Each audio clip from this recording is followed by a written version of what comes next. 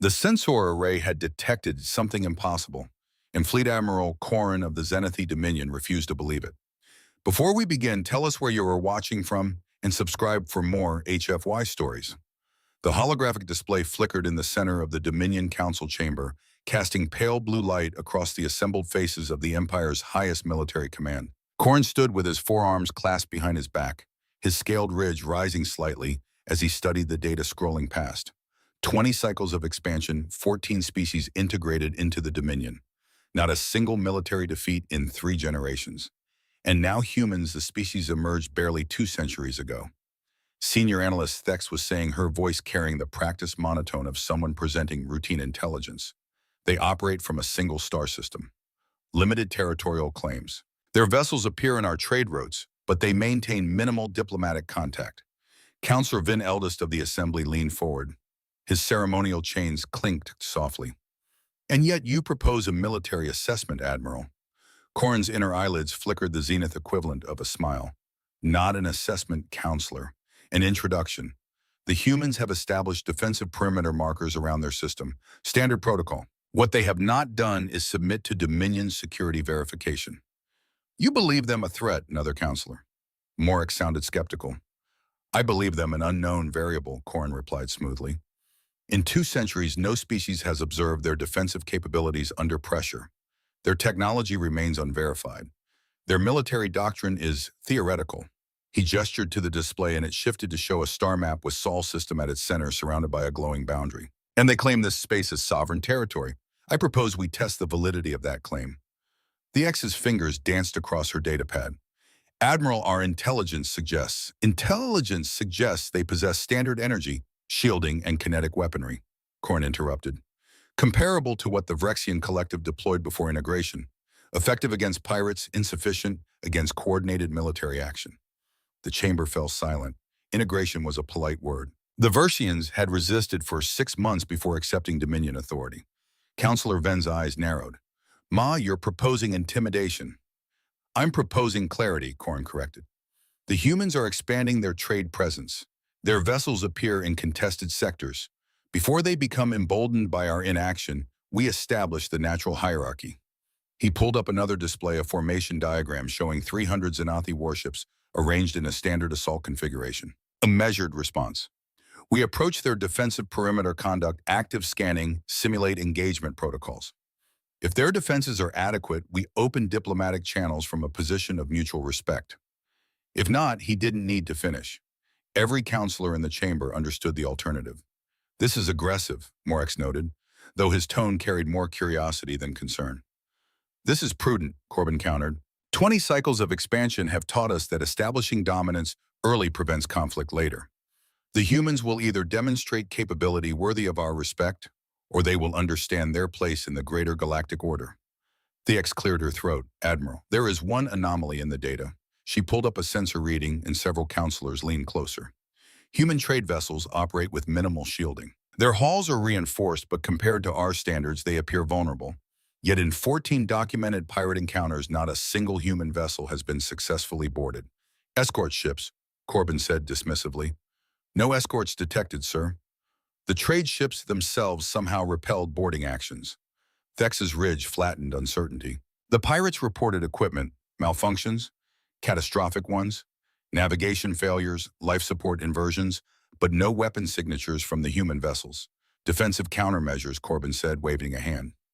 Sophisticated, perhaps, but countermeasures are reactive. They reveal the nature of the defense. That is precisely what we intend to document. Counselor Vin studied the Admiral for a long moment. Finally, he nodded. The Council authorizes your assessment, Admiral Corrin. 300 ships, sensor examination, and simulated engagement only. Asterisk. No hostile action unless the humans initiate, his voice hardened. We are not conquerors. We are stewards of galactic order. Of course, Counselor. Corrin pressed his fist to his chest in salute. As the Council adjourned, Thex approached the Admiral privately, her datapad clutched in her lower arms. Sir, with respect, the pirate incidents are irrelevant, Corrin said, already moving toward the exit. Pirates operate with stolen, poorly maintained equipment. We are the Zenithite Dominion. Our fleet has broken planetary defense grids across 5 sectors. Whatever tricks humans employ against opportunistic raiders will scatter like dust against organized military power. The X's ridge remained flat. Yes, sir. Alone in the dimming chamber, she pulled up the pirate reports one more time. The accounts were fragmentary. Panicked ships dead in space, their own weapons targeting their own reactors. Crews trapped as their escape pods launched empty into the void. And through it all, the human trade vessels had continued on their routes, unchanged, unharmed, as if nothing had occurred. She filed the reports in the classified archive and left the chamber. Admiral Corrin was already assembling the fleet, 300 warships, the largest Dominion formation deployed in a decade. Their hulls gleamed with the pride of an empire that had never known defeat. In 4 cycles, they would reach human space. The assessment would begin. The Zenith Armada dropped out of faster-than-light travel at the edge of human territorial space, and Fleet Admiral Corrin immediately knew something was wrong. Sensor readings. He commanded his forearms, gripping the command throne as the 300 ships of his fleet materialized in formation around his flagship, the Dominant Will. Scanning Admiral, Lieutenant Zeros's voice was steady professional. The sensor officer's fingers moved across his console with practiced efficiency. Then they slowed. Then they stopped. Sir, I'm reading nothing. Define nothing. Empty space, Admiral. No defensive platforms, no patrol vessels, no orbital fortifications. Zeros looked up, his ridge furrowed. No energy signatures at all. The human perimeter is undefended. A ripple of surprise moved through the bridge crew. Corvin felt his inner eyelids flicker. Satisfaction mixed with a trace of disappointment. Perhaps the humans were less advanced than even their conservative estimates suggested. Tactical advance in formation, delta weapons to standby, shields to full. Corrin settled back in his throne. If they're monitoring us, I want them to see exactly what approaches their world. The fleet moved forward, 300 warships gliding through the void in perfect geometric precision. Their shields created overlapping fields of protective energy. On their weapons arrays, tracked potential threat vectors with automated efficiency. This was the power that had integrated 14 species. They crossed the marked boundary of human space. Nothing. Scan deeper, Corrin ordered. They must have some defensive infrastructure, stealth platforms, subspace mines, gravitational wells. Zeros worked his console more frantically now. Negative, sir. I'm scanning down to quantum resolution. And there's nothing here except background, radiation, and trace particle debris. 30 million kilometers to Sol system, the navigation officer reported. No response from human vessels. No communication attempts. Corrin felt the first touch of unease. An undefended border was one thing. Silence in the face of an armada was another. Even primitive species sent scouts or hailing frequencies when unknown vessels appeared. Open a channel across all frequencies, he ordered. Let them know we're here. Before the communications officer could comply, every screen on the bridge flickered. The holographic displays wavered, reformed, and a voice emerged, calm, clear, and perfect Zenati. Primary dialect. You are entering human defensive space. State your intentions. The bridge fell silent. Corrin's ridge rose instinctively. The voice had come from their own systems, not from an external transmission.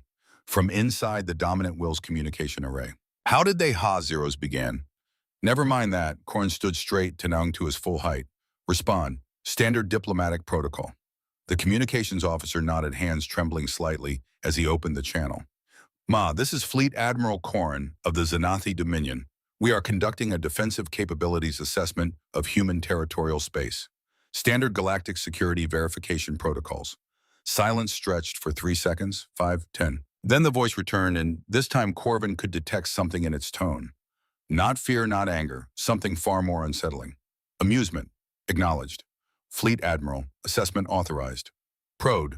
The channel closed. Corbin's forearms tensed simultaneously. They authorized it. Apparently, sir, the communications officer said quietly. Cross-reference the voice, Corrin ordered. Match it to human military command and structure. Senior Analyst Thex present in the command center for the operation worked quickly at her station. Admiral Chen, Earth Defense Command, primary coordinator. Equivalent rank to yourself, Admiral. And he gave us permission to test his defenses. Corrin said it, slowly testing the logic, either supreme confidence or supreme naivety or a trap. Tactical officer rank, added her, weapons displays, glowing amber with ready status. Then we spring it carefully. Corrin returned to his throne. All ships advance to 20 million kilometers. Activate full tactical scanning. Mark any human defensive assets as priority targets. Weapons hold, but I want target locks on everything larger than a navigation buoy. The Armada moved deeper into human space. Still, the sensors showed nothing but empty void. 15 million kilometers. 10 million. Admiral. Zeros' voice had climbed an octave. I'm detecting something. It's not a ship. It's not a station. The signature is... He stopped. I manipulated his controls. Stopped again. Sir, the readings don't make sense. Show me. The holographic display materialized above the command center. At first, Corbin saw only the expected stellar seagraphy, Sol's yellow star, the inner planets, the orbital paths of human habitats. Then Zeros highlighted the anomaly, and Corin's blood ran cold. They were inside it. A sphere of energy. No, not energy. Something that registered as energy but bent light incorrectly and made the background stars shimmer like heat distortion surrounded the entire Zenith fleet. It extended billions of kilometers in every direction. A bubble of impossible physics that somehow his sensors had failed to detect until they were already within it. When did that appear? Corin demanded. It didn't appear. Sir's ridge had flattened completely. Pure fear running the sensor logs backward. It's been there the entire time. We've been inside it since we crossed the border. Our systems simply didn't register it. That's impossible. Yes, sir, it is. Corbin forced himself to think tactically. Threat assessment. Is it weapons grade? Can it damage our shields? I can't even tell you what it is, Admiral, let alone what it does. The communications panel chirped. Admiral Chen's voice returned, still carrying that same unsettling calm. Fleet Admiral Corin, your vessels have now been fully integrated into our defensive monitoring system. Your positions, shield frequencies, weapon configurations, reactor outputs, and hull stress points have been cataloged. And are you prepared to proceed with your assessment? Tactical officer rank leaned toward Corin, her voice low. Admiral, we should recommend target locks to verify our weapon systems are functioning properly. Corin nodded slowly. All ships acquire target locks on the nearest human defensive assets. Simulated engagement parameters only. The fleet 300 warships activated their targeting arrays simultaneously. Weapons that could punch through planetary crusts swiveled to track. Every single targeting reticle locked onto another Zenithi ship. Compensate. Rank shouted at her console. Override the targeting matrix. I'm trying. Her subordinate's fingers flew across the controls.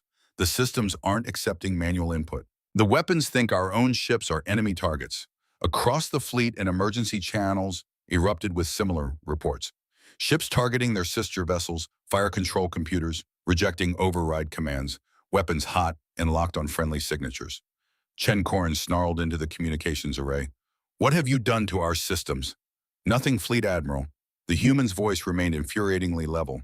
Your systems are operating within normal parameters. They're simply responding to the information environment they're currently within. You requested an assessment of our defensive capabilities. This is step 1, target identification. You're making us target ourselves. We're showing you what we see, Admiral. From our perspective, you've been targeting yourselves since you crossed the perimeter. A pause. Your shields are impressive, by the way. Layered gravitational lensing with adaptive frequency modulation. 16th generation Vexian design, if I'm not mistaken. We integrated similar technology 8 decades ago. It proved insufficient for our needs. Corbin felt his primary heart hammering. Zeros tell me you're getting data on their defensive platforms. Sir, I'm detecting energy buildups at coordinates. Zero stopped. His ridge went completely pale. Admiral, those coordinates, they're inside our ships. The energy signatures are originating from within our own halls. Scan deeper. I am. There's nothing there. No devices, no intrusions. No. His voice broke. Admiral, the readings show weapons-grade power generation coming from spaces that our own internal sensors say are empty. Either our external scanners are malfunctioning or our internal ones are. But they can't both be right. On the main display, a new signature appeared. Not a ship. Nothing so simple. A geometric construct of light and shadow that Corin's eyes refused to properly focus on materialized between 2 formations of Zenithi cruisers. It was spherical, or cubic, or neither. It seemed to exist in multiple configurations simultaneously. Human defensive platform detected. Zeros whispered. Range 3,000 kilometers. Type unknown. Energy output unknown.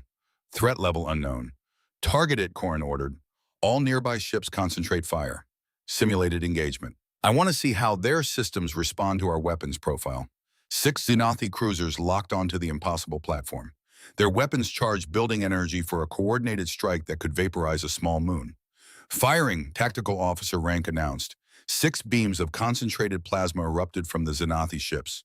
They crossed the intervening space in microseconds converging on the platform with precision that had been honed across a dozen campaigns. The platform wasn't there. The beams passed through empty space where sensors insisted the target still existed. No explosion, no defensive countermeasure, simply absence. Confirmed target destruction, Corbin said, though his voice had lost its certainty. Sir, the target still registers on sensors position unchanged. But visual confirmation shows. Zeros trailed off. Admiral, it is still there. We're looking at it. Our weapons passed directly through it without interaction. The platform, if it could be called that, hadn't moved. It hung in space exactly where it had always been. Its impossible geometry undisturbed. Recommend we cease simulated engagement, the said from her station, and Corbin heard genuine fear in her voice. Admiral, we're testing something we don't understand. We're testing human defenses, Corbin shot back. That's what we came here to do. Admiral Chen's voice returned, and this time there was no amusement in it, only clinical precision. Test recorded, Fleet Admiral. Your weapon systems operate within expected parameters. Plasma coherence is excellent. Targeting algorithms are adequate. Shall we proceed to counter-demonstration? Counter-demonstration, Corin echoed. You tested our defenses, now we test yours. That's what an assessment entails, isn't it? Mutual verification of capability. Before Corbin could respond, every ship in his fleet screamed alarm simultaneously. The dominant will shuddered, and Fleet Admiral Corin felt something he hadn't experienced in 20 cycles of military service. Primal unthinking terror. Shield inversion. Someone was screaming on the bridge. It took Corin a moment to realize it was Zeros. Admiral, our shields are inverted. They're crushing us instead of protecting us. The gravitational fields that should have deflected incoming fire had reversed polarity. 300 Zenith warships were being compressed by their own defensive systems, hulls groaning under impossible pressure. Structural integrity alarms wailed across every channel. Deactivate shields. Corin roared. Systems not responding. Tactical officer ranks, 4 arms flew across her console in desperate patterns. Manual override rejected. The computer thinks the shields are offline. On the main display, Corbin watched as the cruiser Eternal Dominance buckled inward, its hull crumpling like a child's toy. Not destroyed, that would have been merciful. The ship was being methodically compressed by its own technology, slowly enough that the crew would feel every second of it. Chen. Corin bellowed into the communications array. Stop this! We haven't started anything, Fleet Admiral. The human's voice remained that same inhuman calm. Your shields are operating normally. You're simply experiencing a localized gravitational anomaly. Our defensive systems are showing you how vulnerable your current configuration is. There is no anomaly. You're manipulating our systems. Are we? I pause. Check your reactor outputs. Zeros pulled up the engineering displays and his ridge went completely flat. The zenith expression of existential dread. Admiral, reactor output is nominal. Asterisk power distribution is normal. Every system shows green status. According to our own diagnostics, nothing is wrong. Then why are we being crushed? Because reality and your instruments disagree about what's happening, Admiral Chen said simply. Welcome to human defensive doctrine, Fleet Admiral. We don't destroy. We don't even touch. We simply edit the information environment until your own technology becomes your enemy. As if to punctuate his words, the shield inversion ceased.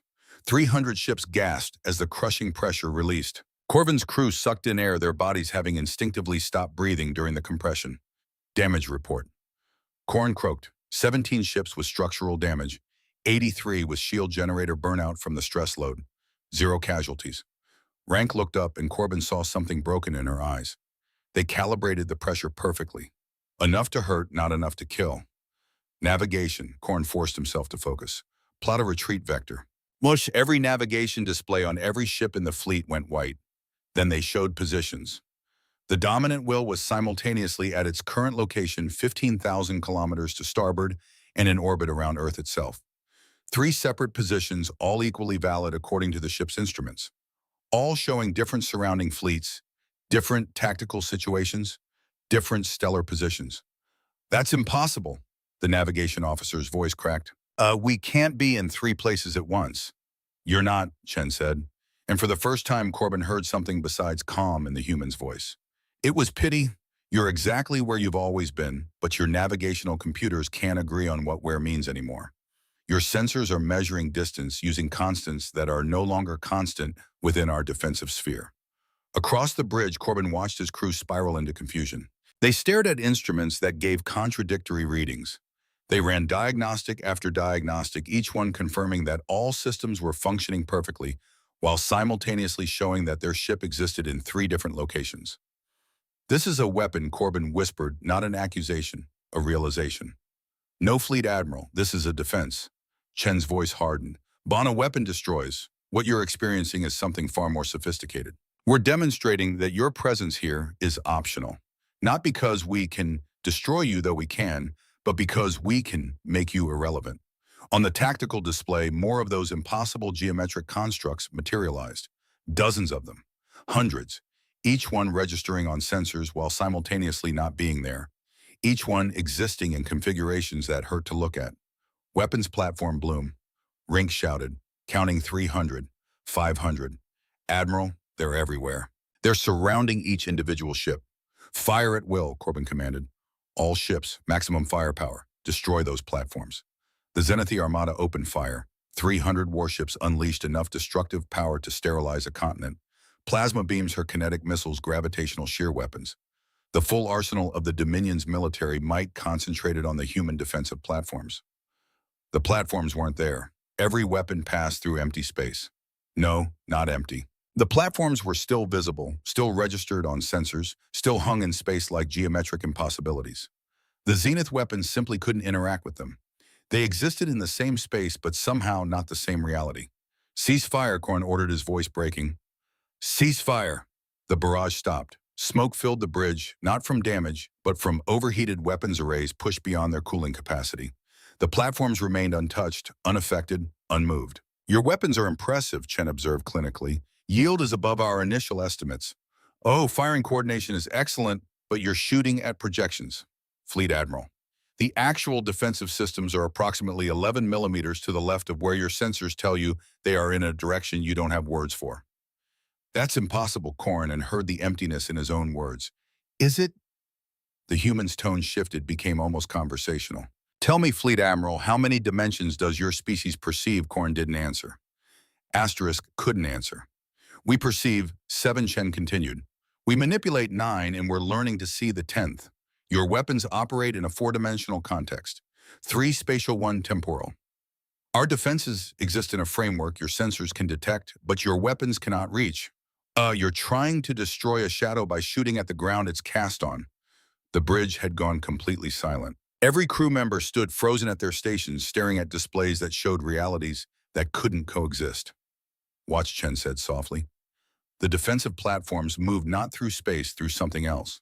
Corbin watched as they phase-shifted occupied locations that made his visual cortex scream in protest. They moved through directions that didn't exist, and suddenly they were inside his ships. Not physically, the hull integrity remained perfect. But sensors showed that platforms occupying the same space as his reactors, his weapons arrays, his life support systems, overlapping, coexisting. Impossible. That's our reactor core. Zeros was pointing at his display with a trembling hand. Well, there's a platform in our reactor core, but the reactor shows normal operation. How? Because it's not actually there, Chen explained patiently. From your perspective, it appears to be there. From our perspective, it's exactly where it needs to be. Reality is contextual, Fleet Admiral. We've learned to change the context. Korn felt his legs weaken. He gripped the command throne to keep from collapsing. What are you, human? A pause. Did you really think you were the first species to test us, Fleet Admiral? In the past century, 6 different galactic powers have conducted assessments similar to yours. 3 sent larger fleets, 1 sent a planet-killer weapon, 1 attempted a simultaneous multi-vector assault, 1 tried deploying a telepathic attack. What happened to them? The same thing that's happening to you. But we showed them that their weapons, their tactics, their understanding of physics itself, all of it is optional when you're operating within our defensive space. The Vrexians fired for 18 hours before they accepted they couldn't hurt us. The Karathi tried ramming us. Their ships passed through our platforms like smoke. The Turthan deployed biological weapons that we rendered inert by adjusting the local entropy gradient. On Corvin's display, his 300 ships hung in space, their weapons silent. their crews paralyzed around them. The human defensive platforms pulsed with energies that registered on every sensor and obeyed no known law of physics. "You haven't fired a single weapon," Corbin said harshly. "Why would we?" Chen asked. "You're not a threat, Fleet Admiral." "Ham, you're a demonstration of why 14 species have accepted integration into your dominion, but 0 species have attempted to integrate humanity." The human's voice remained gentle, almost kind. "You wanted to establish hierarchy. You wanted to show us our place. Very well, let me show you yours." The platforms activated not as weapons, as something worse. Korn watched as every single Zenathi ship's weapon system swiveled to point and at the dominant will. 300 ship, their entire arsenal focused on his flagship. His own fleet, his own crews, their eyes wide with horror as they tried desperately to override commands their computers insisted they weren't giving. "We can make your weapons target whatever we choose." Chen said, "We can make your shields protect us instead of you. When we can make your reactors feed our systems. We can make your navigational computers believe you're somewhere you're not. We can make your life support think your atmosphere is toxic. We can make your ships forget how to move." Korn stared at 300 weapons arrays locked onto his position. "We don't destroy, Fleet Admiral.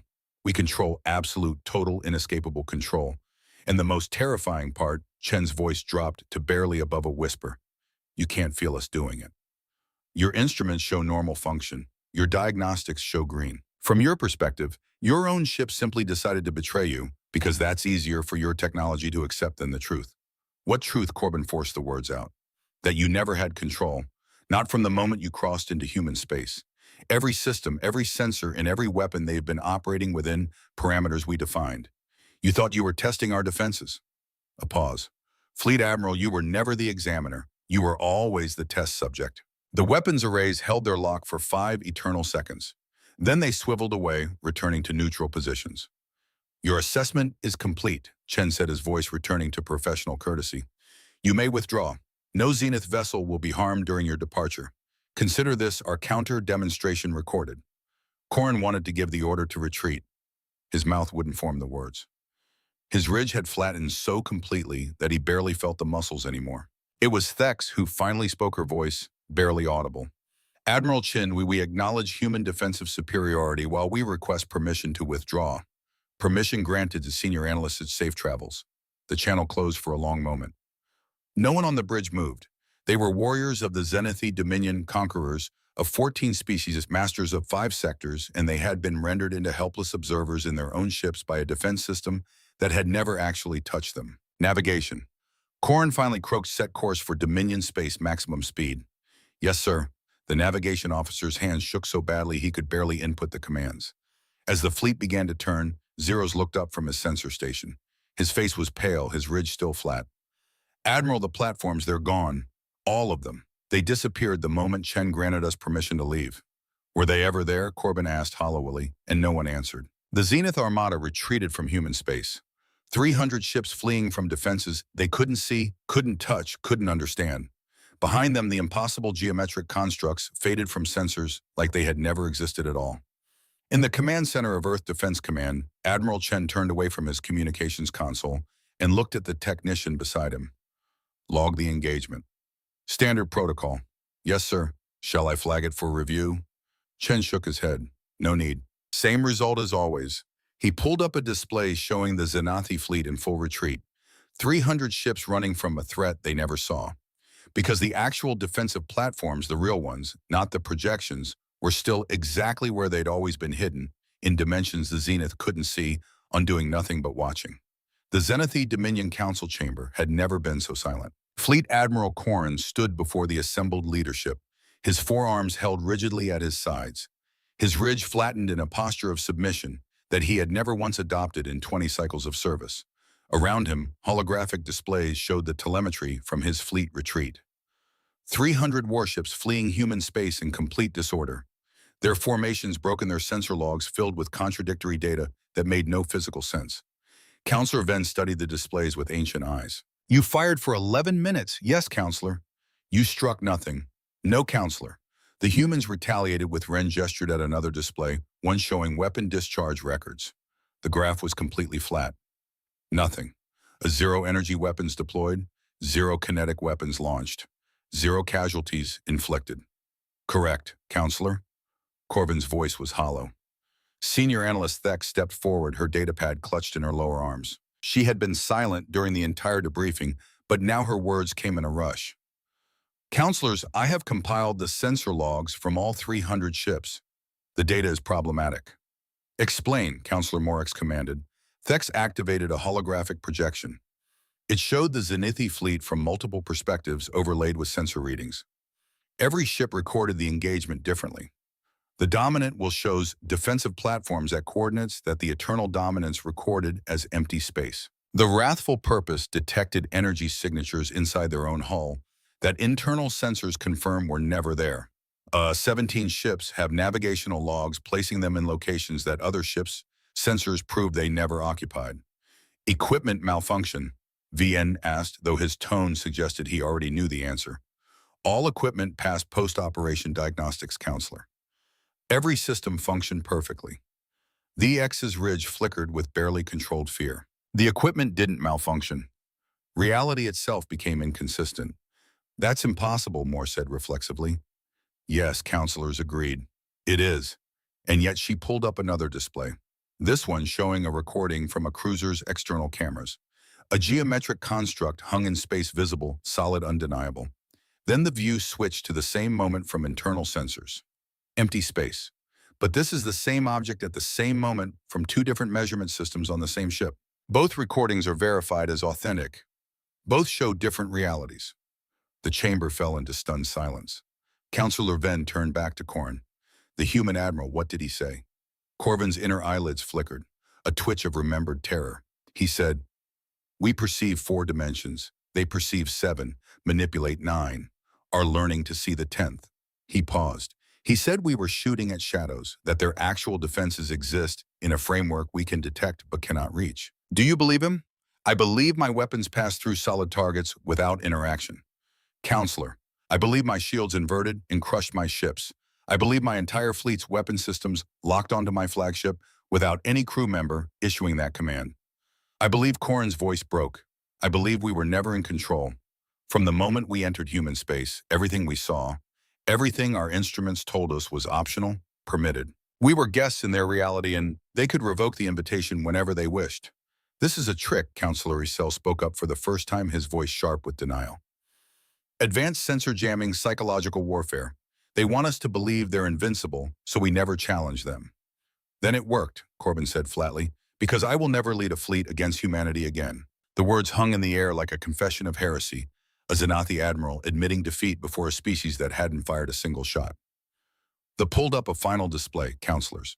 There's one more piece of data. At the end of the engagement, Admiral Chen told us something. She highlighted the audio transcript. He said this was Defense Grid Sector 7 of 10,000 automated. No human intervention required. The implications rippled through the chamber like a physical wave. 10,000 sectors, Ben said slowly. Each automated. If Sector 7 could do what we witnessed, Morix added, his voice barely above a whisper. What could all 10,000 do? And if it was automated, Isel said, his earlier certainty crumbling, where were the actual human military forces? No one answered. The silence stretched until it became suffocating. Finally, Bren spoke. We must inform the other powers. The Cathy Empire, the Turan Collective, they already know, Counselor. Thex pulled up a classified intelligence file. Admiral Chen mentioned that 6 other species have tested human defenses in the past century. I cross-referenced the data. We found fragmentary reports, all classified, all buried in military archives. She displayed them one by one. The Pshians fired for 18 hours before retreating. The Karathi attempted ramming maneuvers. Their ships passed through human defensive platforms like they weren't there. The Turthon deployed biological weapons that were rendered inert. Every test ended the same way. Complete failure. 0 casualties inflicted on humans. 0 humans even seen. Why didn't they tell us? Morix demanded. Would you have, Corbin asked quietly, would you have admitted that your fleet was rendered helpless by defenses you couldn't understand?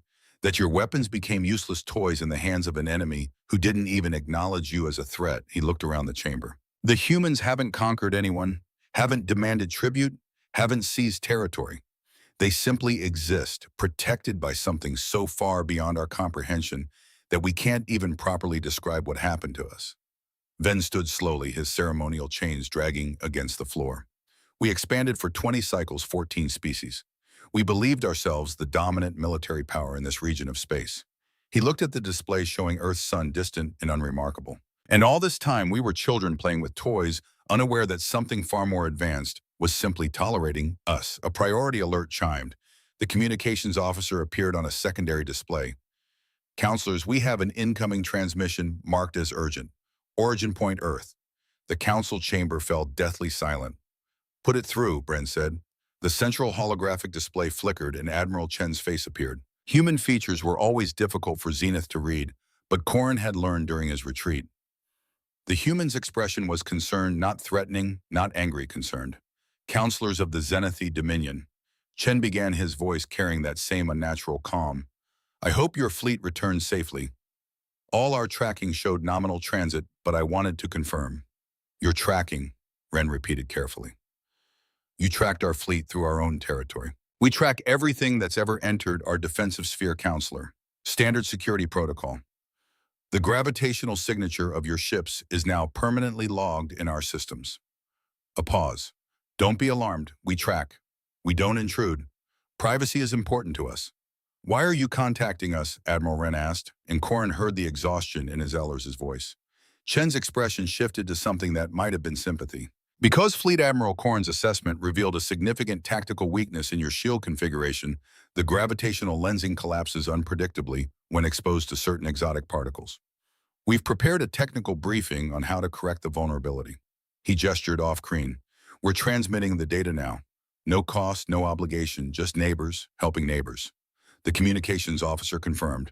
Receiving technical data, Counselor's preliminary analysis shows. It's exactly what Admiral Chen described. A complete breakdown of the shield flaw with proposed solutions. You're giving us your analysis. Morik sounded stunned. After we attempted to intimidate you, you attempted to assess us, Chen corrected gently. That's reasonable. New neighbors should understand each other's capabilities. Now you understand ours. And in the spirit of that understanding, we want you to know that we noticed the flaw in your defenses. His tone became more serious. The Karathi Empire uses particle accelerators that would exploit that exact vulnerability. If they ever discover it, your fleet would be at severe risk. Consider our data a diplomatic gesture. Corbin stepped forward. Wai Chen looked directly at him through the display. Because you followed your rules of engagement, Fleet Admiral. You tested. You didn't attack. You respected the boundaries we set. And when we asked you to leave, you left immediately. You conducted yourself professionally, even under extreme stress. The human's expression softened. And because 23 members of your crew are currently experiencing severe psychological trauma from their exposure to our defensive systems, we're also transmitting cognitive therapy protocols designed to help them process what they experienced. We've had to develop these for every species that's tested us. The council chamber remained frozen in stunned silence. We don't want enemies, Counselors, Chen continued. We don't need territory and we don't seek dominance, but we will not be threatened and we will not be tested again. This was your one assessment. Now you know. Spread the word as you see fit. Tell other powers what you learned or don't. But understand this, the next time an armada enters human space without explicit invitation, our response will be very different. Different, Hao Van asked. Chen's expression went completely flat. You were allowed to leave, Counselor. That was a choice we made. Don't make us reconsider our policy on allowing departures. The transmission ended for a long moment. No one moved. Then Counselor Isel spoke, his voice shaking. They tracked us through our territory. They analyzed our weapons in real time. They identified vulnerabilities we didn't know we had. And they're helping us fix them because they don't see us as threats, Corbin said quietly. We're not enemies. We're not even rivals. We're just there, present, irrelevant, unless we make ourselves otherwise. He looked at his hands, 4 arms that had commanded fleets that had accepted the surrender of planetary defense forces. They edited reality around 300 warships for 11 minutes, and then gave us medical advice for our traumatized crew. They pulled up the technical data the humans had transmitted, Counselors. This analysis it's brilliant. It identifies 12 critical failure points in our shield design. These would take our own researchers decades to discover, and they're just giving it to us. Because in decades, it won't matter, Ren said softly. On whatever gap exists between our technology and theirs will only grow wider. They're not worried about us improving our shields because he trailed off, the realization hitting him like a physical blow.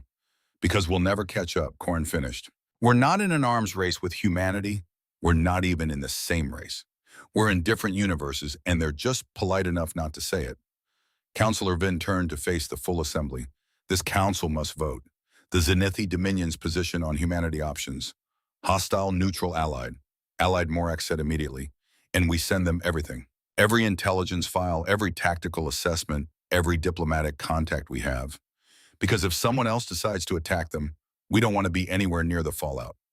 Isel finished. The vote was unanimous. Oh, in the depths of space, the Zenithii fleet continued its journey home. 300 ships carrying crews who would never quite feel safe in their own vessels again. They had learned to fear empty space, to doubt their instruments, to question the very nature of reality. And on Earth, Admiral Chen closed the transmission and returned to his monitoring station, where 10,000 autonomous defensive grids hummed quietly, each one capable of bending reality around any threat that dared to approach. The galaxy was learning what humanity had always known. The best defense wasn't destruction, it was making your enemy afraid of themselves. 3 cycles later, the message reached every major power in the region. It wasn't a formal declaration. The Zenithii Dominion didn't issue proclamations or warnings. Instead, the data simply appeared quietly transmitted through diplomatic channels buried in routine intelligence briefings attached as footnotes to trade agreements. The sensor logs, the technical analysis, the clinical, devastating truth of what had happened when 300 warships entered human space. Snorts. And with it came a single addendum approved unanimously by the Dominion Council. Humanity is not to be tested. Humanity is not to be threatened. Humanity is to be left undisturbed. This is not a recommendation. This is a survival protocol. The response was immediate. The Karathi Empire, which had been assembling a diplomatic assessment fleet of 500 vessels, quietly canceled the operation. The Turthan Collective updated their star charts to mark Sol's system with a designation previously reserved only for stellar phenomena too dangerous to approach. Exclusion zone absolute. The Vrexian remnants, still bitter about their integration into the Dominion, reviewed the data 3 times before their military command issued a standing order. Any ship that entered human space without explicit invitation would be considered mutinous and fired upon by their own fleet. Better to destroy their own ships than to let them provoke humanity. In the Zenith Council chamber, Fleet Admiral Korn stood before a different kind of assembly. Not counselors this time. Military commanders from 18 different fleets, representatives from 9 allied species, intelligence directors, and strategic analysts. Oh, they had come to hear the truth firsthand. You're telling us, a Karathi admiral said, her voice sharp with disbelief, that your fleet fired for 11 minutes and struck nothing? Correct, Korn replied. His ridge no longer flattened when he discussed the engagement. The shame had been replaced by something else, understanding, perhaps, or acceptance. And the humans retaliated by... The humans demonstrated that retaliation was unnecessary, Korn interrupted. They didn't need to destroy us. They showed us that we were never capable of threatening them in the first place. He activated the holographic display showing the impossible geometric platforms. This is what we saw, or thought we saw, or we are allowed to see. I'm still not certain which sensor jamming. A Turfan analyst suggested a psychological warfare. We considered that senior analyst the said stepping forward. She had become something of an expert on human defensive doctrine, though she freely admitted that expert was too generous a term for anyone trying to understand something that operated in dimensions they couldn't perceive. But sensor jamming doesn't invert your shields. Psychological warfare doesn't make your navigation computers display 3 contradictory positions simultaneously, and neither explains how our weapons pass through solid targets. She pulled up the technical briefing the humans had transmitted, the analysis of Zenithii shield vulnerabilities. They gave us this for free after we tried to intimidate them. The analysis is flawless, and we've implemented their corrections across the entire fleet. Why would they help us? Someone asked. Because they can afford to, replied simply. The gap between their technology and ours is so vast that improving our defenses doesn't make us a threat. It just makes us less vulnerable to everyone else. She paused. And because they meant what they said, they don't want enemies. They don't need to conquer. They simply want to be left alone. A Rexian commander, his species' distinctive cranial ridge scarred from old battles, leaned forward. What happens if we ignore this, if someone attacks them for real full-scale invasion? Korn and the exchanged glances. It was Korn who finally answered. Admiral Chen told me something at the end of our engagement, and he said that what we experienced was Defense Grid Sector 7 of 10,000 automated, no human intervention required. He let that sink in. If one automated sector could do what it did to 300 warships, what could 10,000 do? What could they do if actual human military forces became involved? The silence that followed was absolute. There's something else, they added quietly. We analyzed the energy signatures from the defensive platforms, or tried to. The readings were wrong, not fluctuating, not inconsistent. Wrong in a way that suggests the energy wasn't coming from our universe at all. She manipulated the display, showing complex mathematical models. Our best theoretical physicists believe the humans are drawing power from spatial dimensions. We don't have access to potentially infinite power. And they're using it to manipulate reality at the quantum level within their defensive sphere. That's impossible, the Korathi admiral said, but her voice carried no conviction. Yes, they agreed. It is. They do it anyway. The assembly began to dissolve into worried murmurs. Corin let them process for a moment before raising one arm for silence. There's a reason we called this briefing, he said. Not to frighten you, though the information is frightening. Not to discourage expansion, though I recommend avoiding human space. We called this briefing because you need to understand something fundamental about the galaxy we inhabit. He gestured to the star map showing the territories of all major powers. The Zenith Dominion sprawling across 5 sectors. The Karathi Empire militant and proud. The Turan Collective, a scientifically advanced, the Vrexian remnants bitter but unbroken. All of them collectively representing the dominant military and technological powers of the region. And in the center, marked with that new designation, exclusion zone, absolute, a single yellow star. For 20 cycles we expanded, Corbin said.